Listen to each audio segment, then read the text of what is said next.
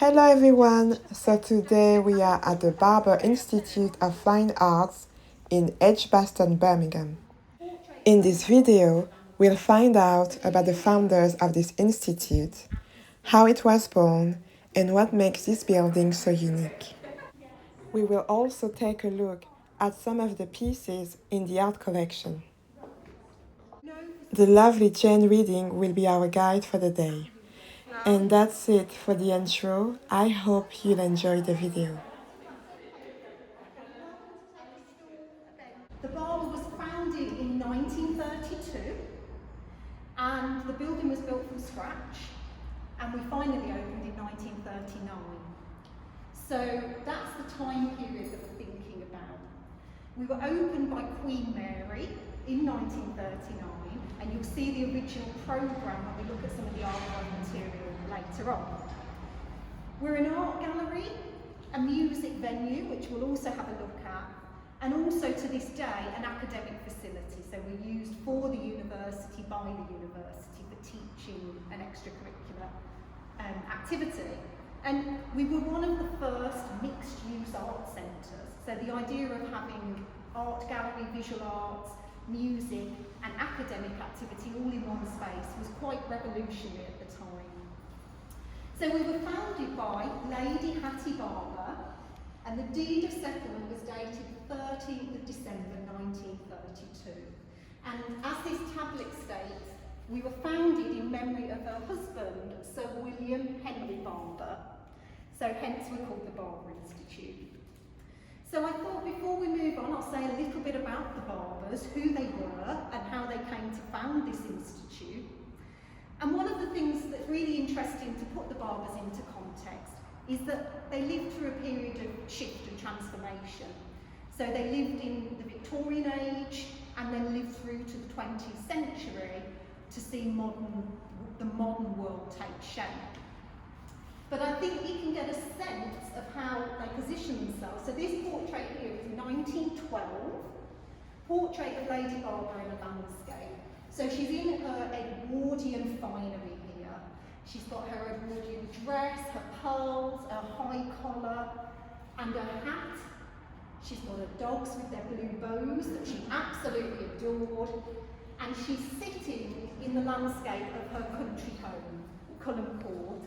And that's actually the River Thames in the background there. So it's just near Henley-on-Thames, if any of you know that area. So whilst they were living through to the 20th century, and they actually are responsible for this revolutionary 20th century building and institute, they actually position themselves as quite traditional, rooted in Victorian values and then Edwardian values, rather than modernism. So she's not wearing sort of very 20th century modern dress in this picture. We don't actually know much about them. I've got another couple of images. So I'm not allowed to pass them around, but I'll hold them up for you. So this is Henry Barber in his finest hunting get-up. And this is another picture of Lady Barber there. She loved dressing up. So we've got so many portraits of her and drawings in her finery. And she spent a lot of her time dressing up and posing for pictures, which if you can, why not, I suppose. And all of these are on the table there, so if you do want to have a closer look afterwards, you can. So I'll tell you a little bit about Henry Barber. There's also a frieze of him in what was our cafe area just there. So when you go out, you might want to have a look and you get a sense of him. So he was born in 1860 and he was a Birmingham man. So he was born in Handsworth, but grew up in the jewellery quarter because his father was a master jeweller in the jewellery quarter. And he was the oldest of the 4 children, Henry. He didn't follow his father's path though. He actually trained to be a lawyer at what was then Birmingham University before it came here. So he studied law and actually became a solicitor and a property developer. And if you can place Henry Barber as a property developer and lawyer and solicitor in Birmingham in the latter part of the 19th century, it's a case of being in the right place at the right time. So the property boom that was happening in the city Suburbs like Edgbaston, all the other suburbs we've got here on the south of the city, north of the city. He was able to capitalise on the need for property, whether it was housing or commercial property. His company was called the Town Properties Investment Corporation, and at its height he had 5,000 properties in Birmingham, which is quite phenomenal really. So he's drawing rent from 5,000 commercial and domestic properties in the city, and a lot of them were in Handsworth, Aston, Spark Hill, those kind of areas. So needless to say, he made a lot of money. So we'll have a think about Lady Barber now. So she was born in 1869, so 9 years younger than Henry. She came from a slightly different background. She came from a kind of upper middle class background, but her family had made their money in industry, and her family were bellows makers. So when you used to have to use the bellows to stoke the fire. So an industrial heritage, but again they'd made a lot of money, and she actually went to Cheltenham Ladies College, so we get a sense of their social trajectory there. And her full name, maiden name, was Martha Constance Hattie O'Nions, but it's spelt onions. But it's a bit like don't say onions, it's O'Nions. But it's just spelt the same as onions. And she was an only child, so her parents really invested in her. She was a very accomplished musician, a very keen artist as well. Had a very comfortable childhood, was very close to her mother. We don't know how Henry and Hattie met, but they got married in 1893 in Worcestershire. She was 24 and he was 33. So quite a big age difference for the time. Henry was so successful that they were able to retire, or he retired, and he was only in his 30s, but he didn't need to work anymore. And they moved to Culham Court, which is this building here. So that's Culham Court. So neoclassical, I'm going to say modest mansion, if you can have such a thing, with a country estate. And as I said, it's near Henley-on-Thames, which is where she is in that picture. So they've done very well for themselves, and they live the life of a lady and country gent. They liked hunting, horses, hosting fancy dress parties, social engagements. Lady Barber loved her rock garden. She was really into her alpine rock garden, so much so that it was in Country Life magazine because it was so amazing apparently, and she was very happy about that. And they had 16 gardeners before they even had to think about their domestic stuff. So you get a sense of where they position themselves socially. Done very well for themselves. She collected lots of tapestry and lace, which we actually have in the collection. We don't have anywhere to display it, but occasionally we do show it. And loved creating art herself, but also loved having her portrait painted. We've got 25 portraits of Lady Barber in the collection. This is one of them, in various outfits. She loved it. This painting is by James Dubuser Shannon, but she had a living artist at Culham Court called Nesta Cambia, who basically painted all day and lived in the house. It's an interesting each day selfies. Yeah, she just loved it. There is a line of inquiry what Nesta Cambia was doing living in the house. There's a bit of an interesting one there. We've got no evidence to suggest anything was happening there, but they had a very close relationship, you can tell from their correspondence. Now, critically for the story of the Barber, Henry and Hattie had no children, so they had no inheritors. We don't know why they didn't have children. Again, it's unusual at the time not to have children, but we just don't know why.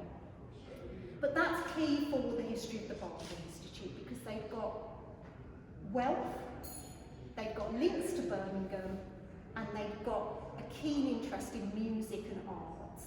So what are they going to do with their money to create a legacy? And hence we have the Barber Institute. So I'll say a little bit about that founding before we go and look into the concert hall. So in the 1920s, Henry Barber gave the university £20,000 to fund the chair of a nun, and that still happens. So at that point, he's making those links with the university. In 1924, he became a baronet. So he received that title, and from then on, he was called Sir, and Lady Barber was called Lady. So they're really going up in the world. In 1927, Henry died, and Lady Barber wanted to set up the Barber Institute in Henry's memory. So Lady Barber was really key after Henry's death in making this happen. So she was the person negotiating with the officers, the high-up people at the university, to negotiate this deed of settlement, to make sure it honoured what her husband, the vision that he had, along with her vision. So I really like that actually, if it were not for Lady Barber, we wouldn't be here. So we actually had, a really strong female founder. Yes, the money came from her husband, but if it were not for Lady Barber, that money wouldn't have potentially have been used to create this legacy. She negotiated with two key figures at the university, so the Pro-Chancellor, who was called Sir Gilbert Barling, and the Vice-Chancellor, Sir Charles Grant Robinson. And luckily, they subscribed to this view that the Barbers had, to create an art centre at the university. There were no facilities for studying arts in any way at the university at that time. And Charles Grant Robinson said, "We want to be the first of the modern universities to give effective expression to the claim of the fine arts. We want it to be an academic discipline and an indispensable element in humane and liberal studies." It's a little bit like we were talking about before the talk, wasn't it? So actually the place of arts education within a wider, broader education, and how important that is. And that's still what we're here for today, actually. I was chatting that before the talk, we use the collection for all different departments across the university for their teaching. We do lots of work with the College of Medical and Dental Sciences, for example. So we still try and honour that today. So Lady Barber said in a letter in 1932, "My husband and I always shared the wish that we might equip, build and endow and present to the university such a building or buildings that would create a nucleus for an art museum or gallery and form an art centre for the university." So that was the vision. And she specifically said it must contain a concert hall as well. So how it happened, they gave the university 100,000 £1 shares in his company, which was the Town Properties Investment Corporation. That, the Times reported at the time, the income equated to approximately £12,000 a year, which today's money is around £790,000 a year. And crucially, which I really like, it may not be applied to the general purposes of the university. So she knew to say, the university cannot use this money for anything else. And that has been the critical kind of saving grace of the Barber Institute over all these years, because that money's protected. It can't be used to build a new building over there, or to re-tarmac the road, or to build some Liverpool's residents. She protected that money. So she had a lot of foresight. In the deed of settlement, she set out a mission for the Barber, which was for the study and encouragement of art and music. So very simple. Now this is where it's quite sad, because within 5 months of that deed being signed, Lady Barber died herself. So neither Henry Barber or Hattie Barber got to see any of this come to fruition. So it's quite sad in that sense. But I do, as I walk past her each day, I do think she's probably looking down. I'm sure she keeps an eye on us, and I'm sure she's very proud of what they achieved. So at this point, the university's got the agreement, they've got the financial resources, but that's it. So they've got to build a building and decide what to put in it. So they recruit an architect, and this is where we'll start to think about the building that we're in. So the architect was called Robert Atkinson, and he was a distinguished Art Deco architect, and he was actually a pioneer of cinema design.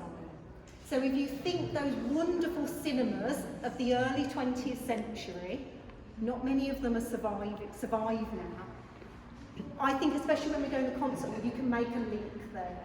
And you go, ah, those wonderful Art Deco cinemas, I get it now. His most famous cinema was the Regent in Brighton, but he also did one, there was one in Warsaw, which is not far from here. And what I like to think about the Barber, when we think about Art Deco, is the building that comes to mind. If you had to sort of think, what's the typical Art Deco building, anywhere in the world, is the one that comes to mind. Pardon? Yeah, the Hoover building, yeah. I also think of like New York, you know, like the big skyscrapers, like the Chrysler building and things. And they're so glitzy and jazzy. And that's one iteration of Art Deco. If we think about British Art Deco, a little bit more austere. And what I love about the Barber Institute, and we'll explore this a little bit more, it's a truth to materials, so using the best materials you can get your hands on, the best craftsmanship, and then very simple geometric and curved shapes, inspired by classical architecture as well, that comes together to create an understated but actually quite radical look. And we'll explore that a little bit more. So not quite as glitzy as kind of New York Art Deco. So we'll have a look in the concert hall now, if that's okay with everyone. It's a really good way of kind of getting a sense of Atkinson's vision. So we'll head in through here. Just watch the lighting, it's a bit dim in there, so let your eyes adjust. And there are some shallow steps, so do watch your footing. But we'll head in there and you can have a look around, and then I'll tell you a little bit more about the concert hall. And you can just leave your stools here for now, that's fine.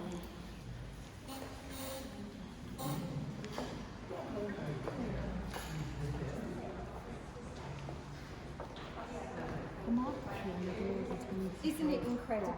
Really? Yeah. So yeah, just let your eyes adjust because it is dim in here. And just watch the steps here.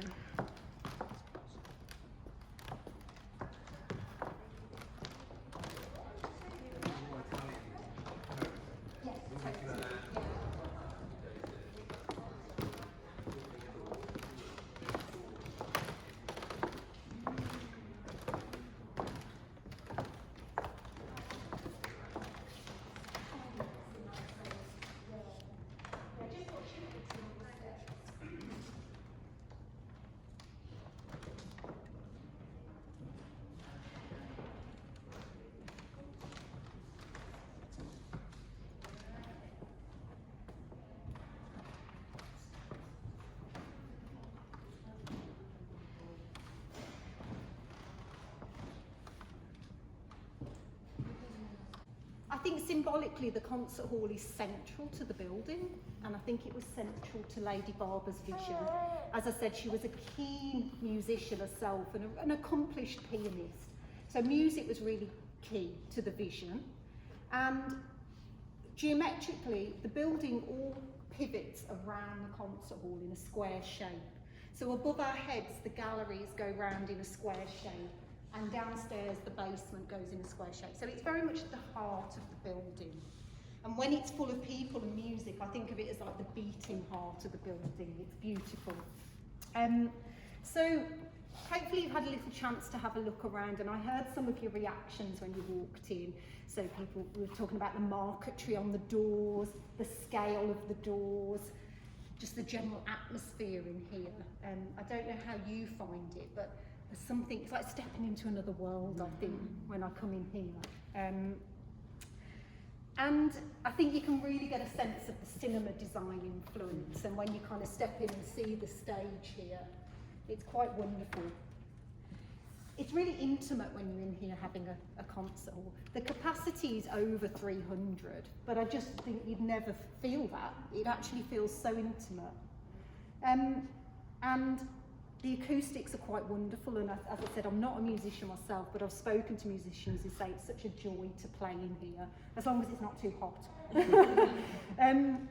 So a little bit about the interiors in here. So it's panelled in Australian walnut around, and you've got this wonderful kind of zigzag shape on the walls, which helps the acoustics apparently. And then you've got inlaid maple around the top, and it's also the maple is in the marquetry on the back doors there, and it's just quite beautiful. And the shapes in the doors are also echoed in the front doors, so have a look at that when we go outside. You've got the step ceiling as well, which is also for acoustics. And there's those, I always wondered what they were, there's some weird pyramids inserted into the top ceiling there. Again, apparently they're an acoustic device, which I learned recently. And I think you also get a sense of tuning into that kind of jazz age, the 1930s.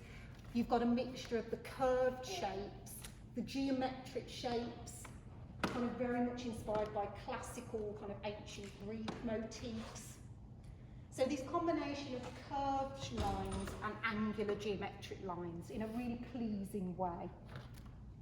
So we had a performance in here when we opened for Queen Mary, and as I say, we've run performances in here ever since, and I know you said you were really keen concert goers. So how did you find it coming to concerts here? Oh, amazing. I remember first coming here for when the early music festival took place in Birmingham, and particular countertenor was singing here, and it was just amazing.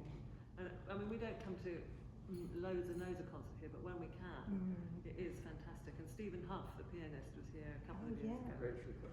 And that was amazing. Rachel Podger. That's pretty high quality. We have the top people. I think they love playing here. Like, if you see Stephen Huff here, it's probably one of our famous pianists. People say, I just love it. And I think Martin said that when they've been on the stage, just want to be back again. It's amazing. Unique.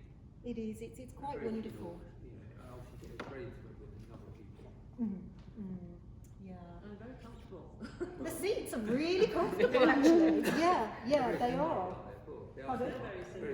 Very cinema-like, aren't they? Absolutely.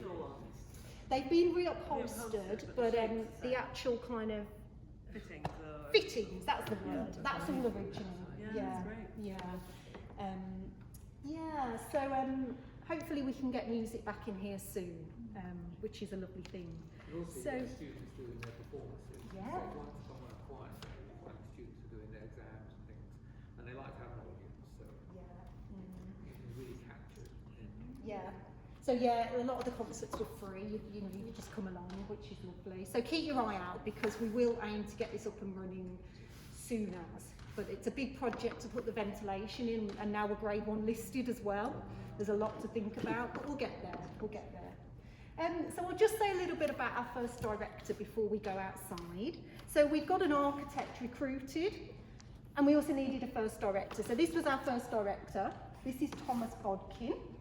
A very distinctive look. He had a very pointy beard here, and very much of his time. So they put a call out for our new director, and it was advertised in 1934. And it had a salary of £1,000 at the time, which is the equivalent of around 67,000 today. And Bodkin was successful. So previous to coming here, he was the director of the National Gallery of Ireland, and he'd been there since 1927. Nicholas Pesner, who is the architectural writer at the time, he's described Bodkin as 48 years old, a white pointy beard, very witty and amusing. So it kind of gives you a sense of the man. I mean, it was a pretty huge job description, broken into 3 parts. He's got to oversee the building of the building from scratch. He's got to build the collection from scratch, because we didn't inherit a collection, which I'll say more about later. And he was also the university's first professor of fine art. So it's a pretty big remit. He had his hands full. So he was really integral in working with Atkinson to create the building, which I'll say a little bit more about in a moment. In the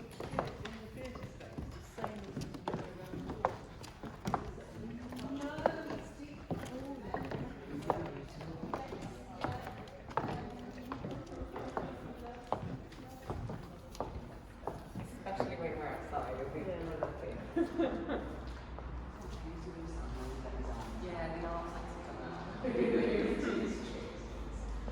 As I mentioned at the beginning, we've got some books for sale there, so we'll come down afterwards if anybody wants to have a look at those, you're more than welcome.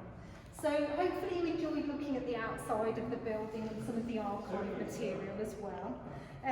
So this idea of having this foyer, this processional route into the building, and then the galleries are up on the first floor, and you've got what we call this sea of steps.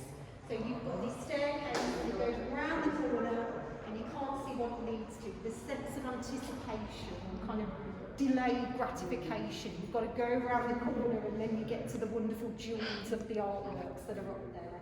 So that was all intentional.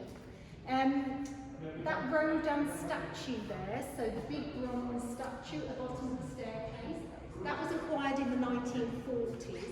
And there was a plan for the plinth that you may have seen in that room there. So that's a really good example of the first director, Bodkin, who bought the sculpture, and the architect Atkinson, who designed the plinth, working together. So the whole building was a collaboration really between the two of them.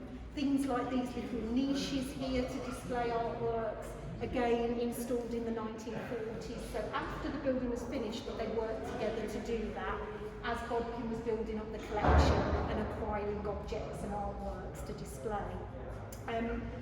A few other questions I've had about the furniture and the interiors. Atkinson designed all of the interiors and all of the gallery furniture that you can see. So the benches that you're currently sitting on and all of the finishes inside. So this approach to architecture, we call it Adamesque. The Adam brothers pioneered this in the 18th century. This idea that as an architect you design the whole building. So the exterior, the interior, and even the furniture, so that it's a holistic vision. And we're so fortunate that most of it survives today, so you really get a feel of what it was like in the 1930s when we opened. So we can head upstairs to have a quick look at the gallery and think about the founding of the collection before we finish off.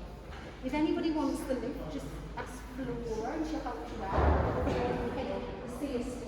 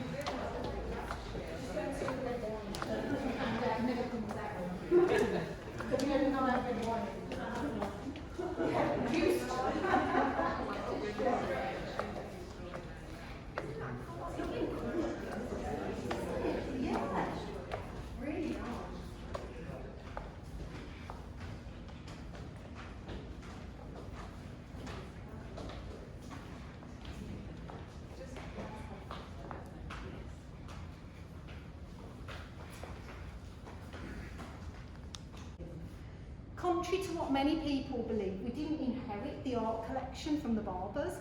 They gave us the money, and then it was somebody's job to go shopping and buy the artworks to put in the building. Lady Barber was very strict in laying down what we could and couldn't spend the money on, and this was very much aligned to her taste. So I always find it interesting when you go to collections that actually who's decided way back what you could and couldn't buy, and that their influence remains. So Lady Barber said that the money was for the purchase of artworks, or I'll start again. The purchase of works of art or beauty of exceptional or outstanding merit, and comprising pictures painted no later than the end of the 19th century. Furniture, tapestries, needlework lace, medieval manuscripts, finely painted books, and other works of art are such merit aforesaid. Brackets, not pottery or china. So, she obviously didn't like pottery and china, and she also didn't like 20th century art. So bear in mind this is 1932, and she's saying you cannot buy any work that was made after the end of the 19th century. And that's really shaped the collection from there on in. Now, the trustees did change that in the 1960s, because if you do know the collection, you'll know that we do have 20th century works, especially in the blue gallery here. So you might be thinking, how did they do that? So they changed it because they were worried that the collection would become too archaic and wouldn't be able to keep up. The problem being, they put in what I call the 30-year rule. So the trustees in the 60s said, well, yeah, you can buy works from the 20th century, but they have to be at least 30 years old. So there's this kind of cooling off period. You're not allowed to buy work that was made last year. However, by the time you've waited 30 years to buy an artwork, what do you think's happened? Yeah. So if it's an artist who, you know, worth their soul, so to speak, that you want in your collection, if you wait 30 years, you can't buy them when they're kind of up and coming and cheap. You've got to wait. So that's been a hindrance to developing the collection in that way. But nonetheless, we do add to the collection. We still have funds to do that today. And there are various schemes, like the government's acceptance in lieu scheme, which allow us to acquire works that we wouldn't otherwise be able to afford. So we're still doing that now. No pottery or china, so you won't see that anywhere, because Lady Barber said no. The other thing that she was very clear on was that the artworks should be of a certain standard. And I quote Lady Barber, she says, "The standard of quality required by the National Gallery in London and the Wallace Collection, another gallery in London." So she set the bar high. And we're also not allowed to accept any gifts. So the works have to be purchased and they have to go through a process of deciding whether they should enter the collection. We're not allowed to accept gifts. So there was a real vision of a collection. She knew what she wanted this collection to be and what she wanted it not to be. For better and worse. You know, we inherit that. Do come through if you want to. It's fine. Is that quite unusual with galleries in the country? Not to accept the gifts? It is, well, yeah, it is actually. I mean, at places I've worked, we've been able to accept gifts, and it's interesting because, again, it can be a really good thing, Yes. but it can also be a way of you acquire quite a lot of stuff that ends up clogging up your collection. Well, I mean, I think, yeah. Yeah, and it's of dubious quality or provenance. So, pros and cons, I think. One of the things. Pardon? You need a bigger space. We would, absolutely. And you've just read my mind, because one of the things I love about Barber is we have about 150 paintings, for example, and about 90% of them are on display to the public. We have a reserve gallery, which is through some wooden doors there. It's tiny compared to other places that have absolutely huge stores and racks. And people go, I want to see behind the scenes. When they say that to me here, I'm like, there's nothing to see. And one of the things is that vision of Lady Barber's. I say it resulted in a collection pretty much. It's all killer and no filler. That we don't actually have many dodgy artworks or things that you're like, let's not put that on the wall. It's all good stuff. So it's a really tight, contained, compact collection that's actually very high quality for the time. So if you do decide to add to it, when was your last acquisition and how long did it take to? So we acquire works on paper, so that's drawings, prints, watercolour, quite readily because they're not as expensive and they're more readily available. So we've acquired some works on paper within the last year. Our probably last major acquisition was the Corrie. Yeah. So this is probably our latest major acquisition. And again, I mentioned a scheme called Acceptance in Lieu. So that's a government scheme And if you've got an estate that contains artworks, you can donate some of them to the nation in lieu of inheritance tax. And then galleries in the country can put an application in to receive one of these works, and they don't have to pay for it. We just have to say that we'll keep it forever, we'll care for it, and that it will be available on public display. And that meets the requirements of the trust. Yeah, it does. So we quite often, well, I say quite often, you know, every few years we might acquire a major work through acceptance in lieu. If any of you know, in the red gallery through there, so all our galleries are colour coded. This is the blue gallery. We've got a work by Frank Auerbach, which is from 1981, and that was accepted through acceptance in lieu. With no way we'd have been able to afford that work. And also at the time when we acquired it, it was 30 years old. So it just was allowed, or 31 or 32 or something. So it's incredible, and you pointed out this bellows. This was a work we purchased in 2014, and that we did purchase outright on the art market. So we do still have an acquisition budget that the Henry Barber Trust give us each year, and if we save it up, so to speak, we can buy major works like this. Also, sculpture is developing all the time as well. In the beige gallery, if you go through on the right-hand side, you'll see an amazing marble sculpture, greyhound and poppies on a table. And that we acquired just before we closed for COVID, wasn't it? It was the Christmas of 2019. And again, that was a work we purchased. So we're so fortunate that we can still add to the collection, and it's still growing. The problem we have is space, because we've run out of wall space to hang works. So it's a constant kind of merry-go-round of moving things about and fitting things in. And also at any one time, quite a number of our works will be out on loan at other galleries for their exhibitions. So they do go on their travels, and sometimes we have a reciprocal loan back. So we've got a lovely, just as you go through those glass doors, you'll see immediately on the right a portrait by an artist called Alan Ramsey, and that's a loan from the Holborn Museum in Bath that's just gone up this week. And it's the most engaging portrait of a young woman. It's incredible. It's so. I urge you to go and have a look at it. I was captivated by it. Display others then? Display other. We can display others, and Could you we display can. something less than 20 years old? Could you display something less than 30 years old? Yes, but we wouldn't be allowed to acquire No. it. So we could display it, but we wouldn't be allowed to own it. Or we could do a temporary exhibition. Yeah. So I've got a handout which shows you some of the works that were on, well, they are the works that were on the wall when we opened in 1939. So when we opened, we only had 14 paintings on the wall through the whole building. So you can imagine it would have been a very sparse hang compared to what we've got now. But we did have sculptures and things as well. So, as I mentioned, for those of you not familiar with the galleries, we've got 4 galleries, and each one has a different colour wall. So we've got green, red, beige and blue. And I've just listed the works that were on the walls when we opened in 1939 for each one.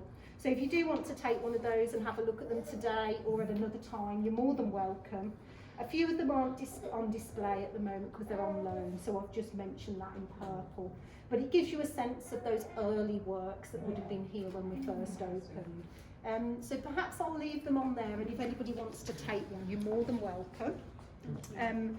And yes, that concludes today's talk. As the title says, it's a potted history. Hopefully it's given you a really good flavour of the origins of the Barber, the context around it, from all the way from Lady Barber through to what we can do today. Please ask if you've got any questions. Flora and I will stick around for a while. We're more than happy to have a chat, answer any questions. And if you want to have a look at any of the archive material again, we can do that, can't we? We're also really keen if you've got any feedback. We've not got feedback forms, but you know, we'd love to hear what you think, so do feel free to say. And we'll pop downstairs, and if anybody wants to have a look at those books, and we've got a contactless donation point, so if you want to purchase a book, you can contact us. And if you'd like to make a donation, we are a charity, so all donations are welcome, and they all go to fund our engagement programme and our internship programme here at the Barber. It's been a real joy to share the Barber with you today. And I say that from the bottom of my heart. It's not been something I've been able to do for a very long time. And it's always made even more special by the energy and the people I've got around me. So thank you so much for being here today. And I hope you enjoy it, and do feel free to stick around and enjoy the galleries. Thank you very much.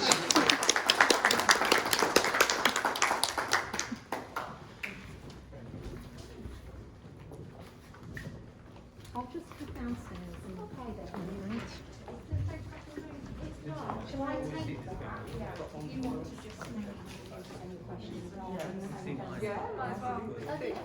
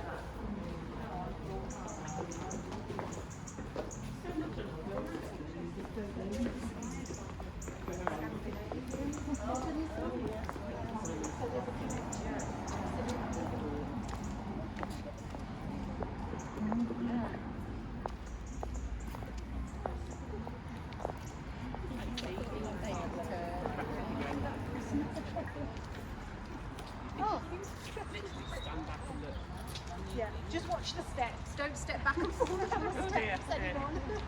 I'm sure it's happened before.